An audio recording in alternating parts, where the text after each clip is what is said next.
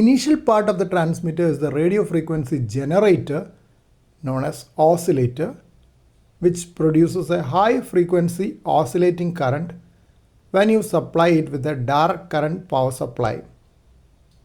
Oscillator section was called a VFO or Variable Frequency Oscillator, as the frequency could be varied within the amateur radio band using a tuning circuit with a fixed value inductor and a variable capacitor.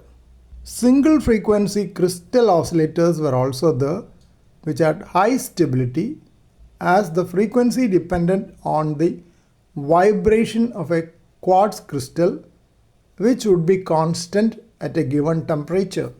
Power output of the oscillator or VFO would be very low and needed several stages of amplification.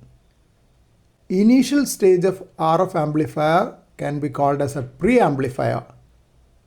Output of the RF preamplifier is further amplified by the next stage, which is known as the driver stage for the power amplifier.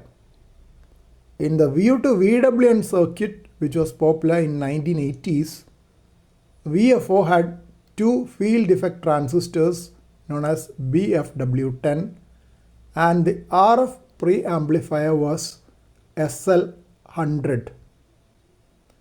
Driver stage for the final power amplifier had SK100.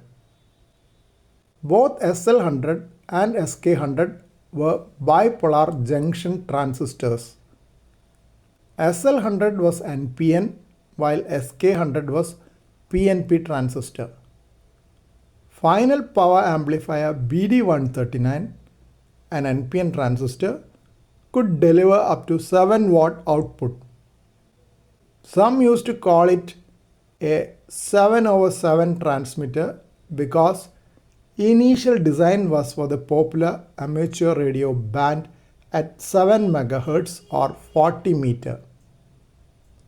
Oscillator circuit would run continuously and driver stage would isolate it from the sudden changes in load while keying the amplifier for Morse code dit and da, dot and dash.